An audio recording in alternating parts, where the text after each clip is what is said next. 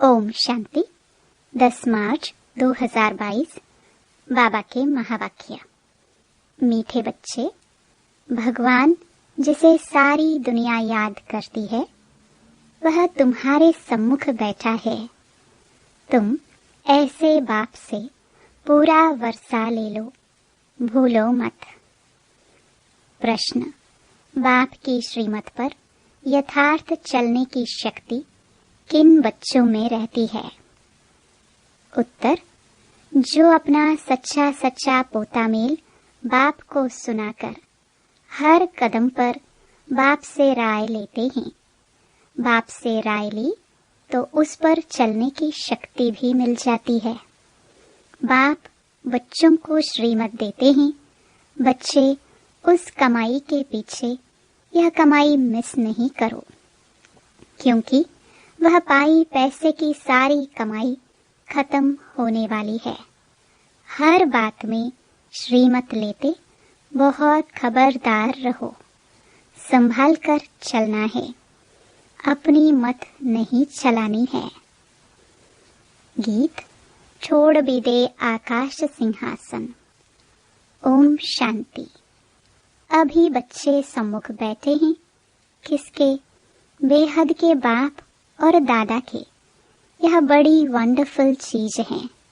बेहद का बाप परमपिता परमात्मा और फिर बेहद का दादा प्रजापिता ब्रह्मा, दोनों सम्मुख बैठे हैं।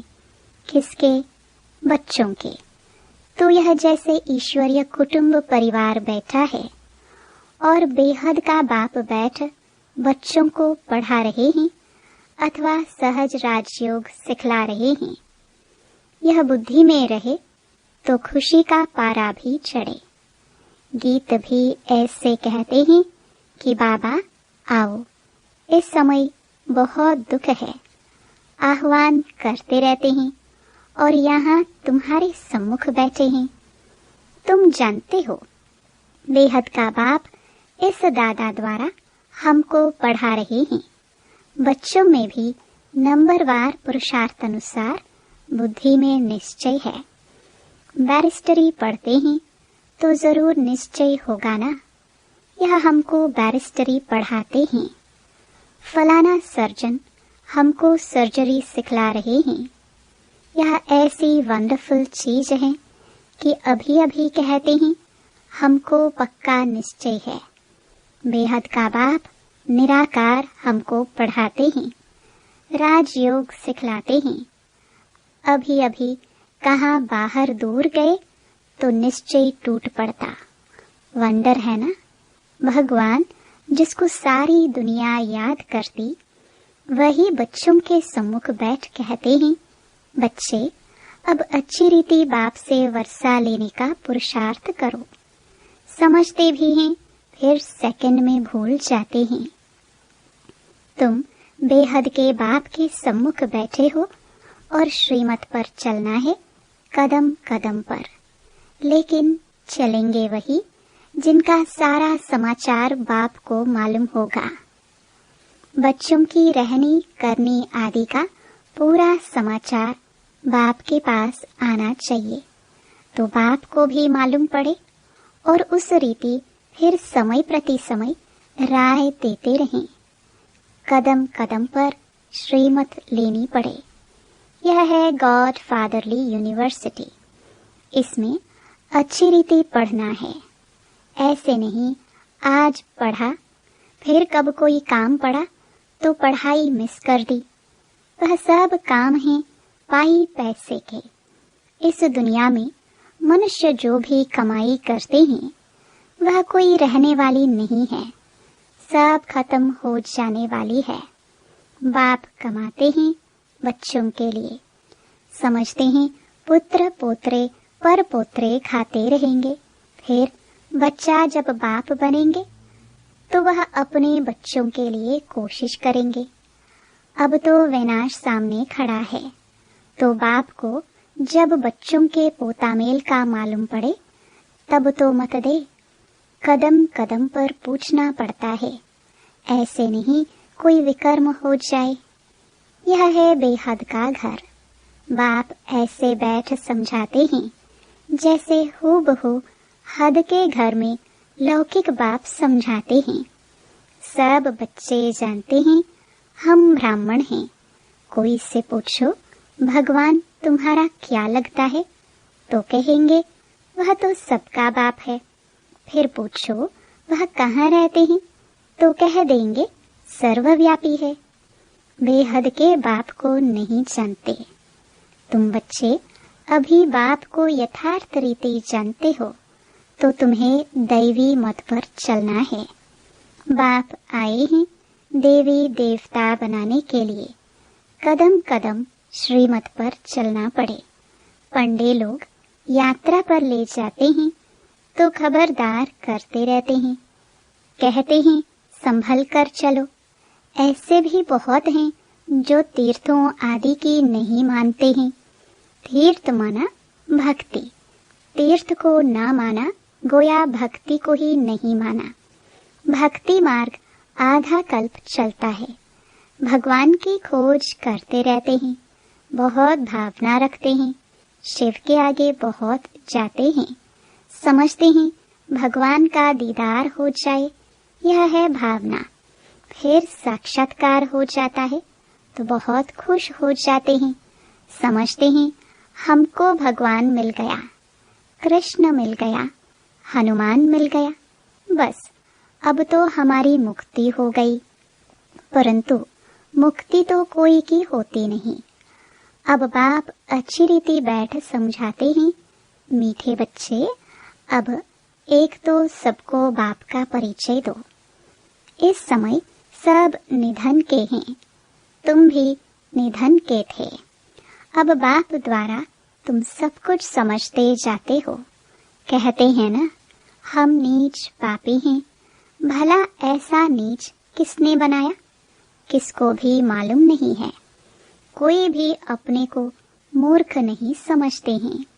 यह ड्रामा अनादि बना हुआ है, सबको नीचे जाना ही है, भ्रष्टाचारी बनना ही है। तो यह ख्याल करना चाहिए कि हम भगवान की फैमिली हैं। भगवान हमारा बाप है तो जरूर हम विश्व के मालिक होने चाहिए। फिर हमारी ऐसी दुर्गति क्यों हुई है, यह किसकी भी बुद्धि नहीं चलती है। एक तरफ कहते परमात्मा सर्वव्यापी है, दूसरे तरफ कहते शांति कैसे स्थापन हो। मूंझ पड़े हैं, कॉन्फ्रेंस करते रहते हैं, समझाने से भी समझते नहीं है। उन्हों को समझना है अंत में। तुम बच्चों को योग में रहकर कर्मातीत बनना है। तुम ही संपूर्ण निर्विकारी थे, फिर बनना है। बाकी जो इतने धर्म हैं वह सतयुग में नहीं होंगे। जो सतयुग में थे वही बहुत समय से अलग हुए हैं। उनके लिए ही कहा जाता है सिखिलदे, आत्मा परमात्मा अलग रहे। कौन सी आत्माएं पहले पहले परमधाम से आई यहाँ पाठ बजाने। पहले पहले आती हैं देवी देवता धर्म की आत्माएं पाठ बजाने। उन्हों को ही अपने धर्म में लाना होगा। बाप कहते हैं उनके लिए ही आना पड़ता है, साथ में सबके लिए भी जरूर आना पड़े, क्योंकि सबको मुक्ति देनी है। अब देवता धर्म है नहीं, उनका ही सैपलिंग लगना है। कोई किस धर्म में कोई किस धर्म में चले गए हैं, वही निकल पड़ते हैं। यह धर्म की स्थापना कितनी वंडरफुल है। तब तो कहते हैं हे प्रभु तेरी श्रीमत गति सदगति की बड़ी वंडरफुल है, जो कोई समझ ना सके।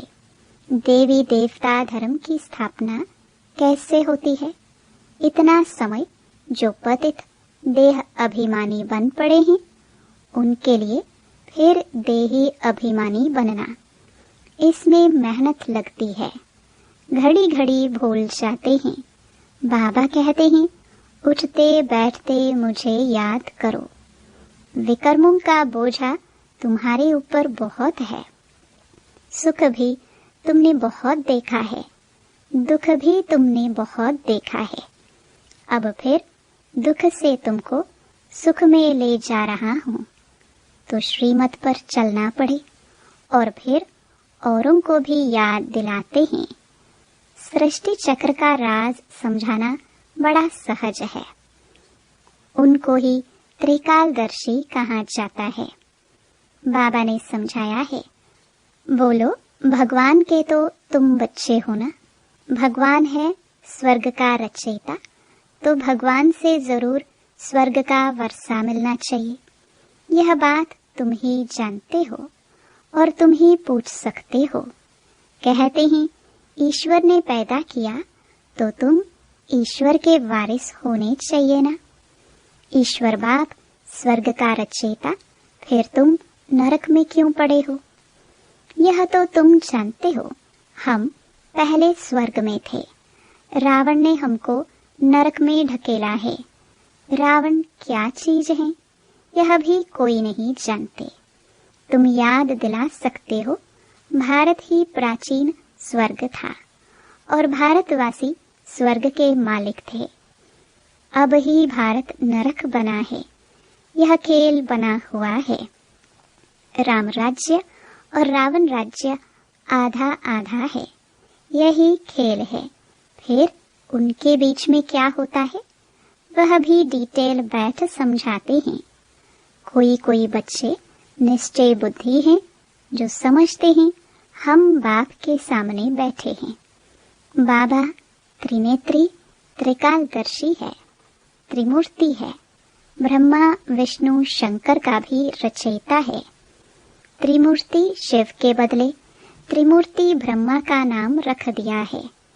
अब त्रिमूर्ति का रचयिता ब्रह्मा कैसे हो सकता? गाते भी हैं ब्रह्मा द्वारा स्थापना, शंकर द्वारा विनाश, तो रचयिता जरूर कोई दूसरा होगा। इतनी छोटी बात को भी कोई समझते नहीं है। शिव बाबा ब्रह्मा द्वारा स्वर्ग का वर्षा देंगे और क्या देंगे? विष्णुपुरी कौन स्थापन करते हैं? बाप विष्णुपुरी अर्थात लक्ष्मी नारायण का राज्य स्थापन कर रहे हैं। यह भी किसको मालूम नहीं है।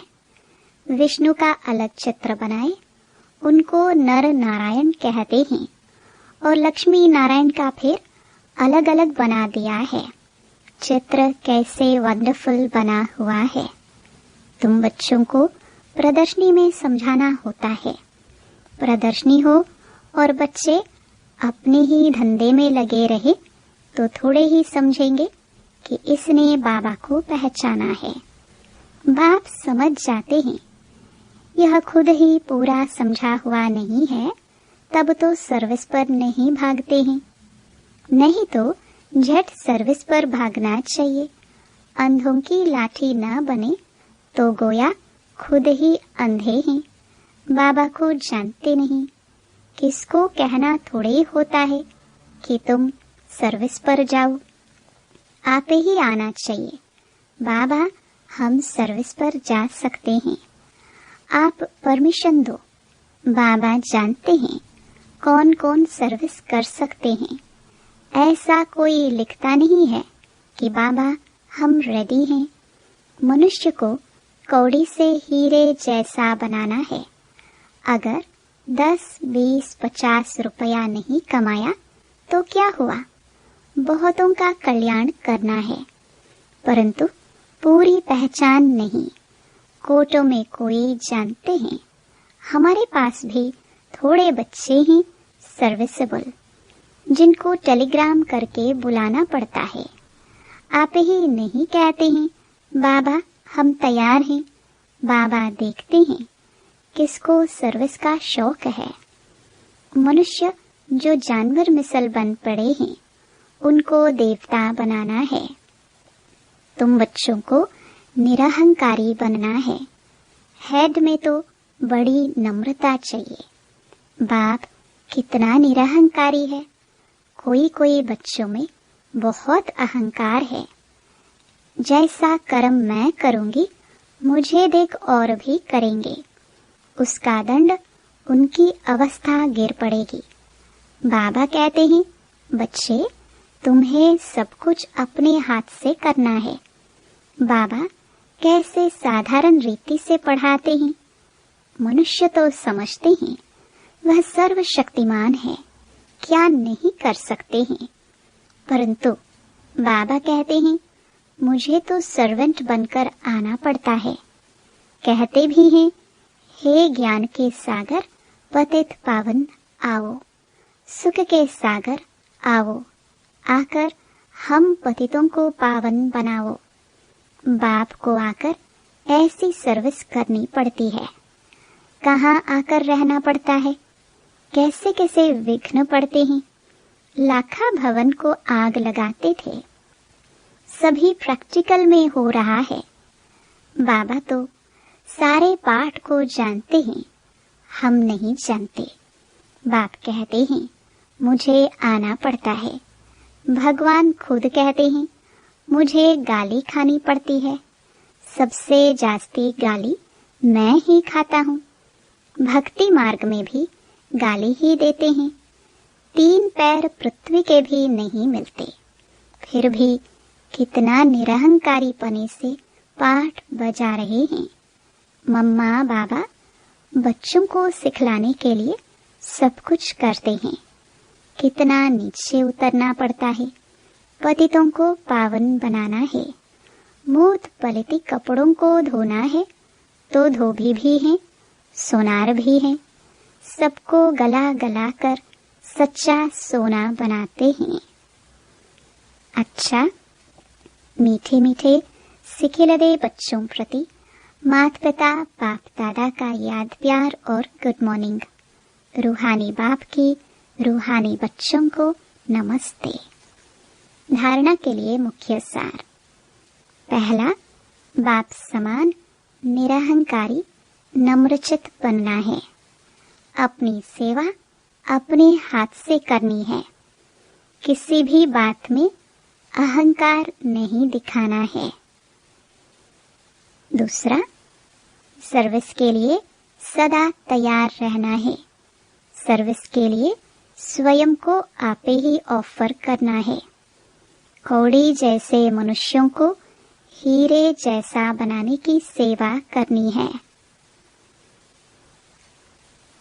वरदान, संपन्नता के आधार पर संतुष्टता का अनुभव करने वाले सदा तृप्त आत्मा भव। जो सदा भरपूर व संपन्न रहते हैं वे तृप्त होते हैं। चाहे कोई कितना भी असंतुष्ट करने की परिस्थितियां उनके आगे लाए, लेकिन संपन्न तृप्त आत्मा असंतुष्ट करने वाले को भी संतुष्टता का गुण सहयोग के रूप में देगी। ऐसी आत्मा ही रहमदिल बन शुभ भावना और शुभ कामना द्वारा उनको भी परिवर्तन करने का प्रयत्न करेगी। रूहानी रॉयल आत्मा का यही श्रेष्ठ कर्म है।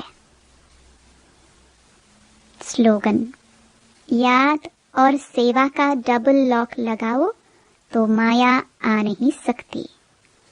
ओम शांति। मेरे मीठे मीठे भाई और बहनों, बाबा के इस अनमोल खजाना यानी ज्ञान रूपी मुरली को जन जन तक पहुंचाना हम सब की कर्तव्य नहीं बल्कि धर्म है। मैं तो अपना धर्म निभा रही हूँ, अब आपकी बारी। आप भी अपनी व्हाट्सएप और फेसबुक और दूसरे सोशल मीडिया के ग्रुप में शेयर कीजिए। क्या पता आपके इस नेक काम की वजह से किसी की ज़िंदगी जीने की एक नई राह मिल जाए।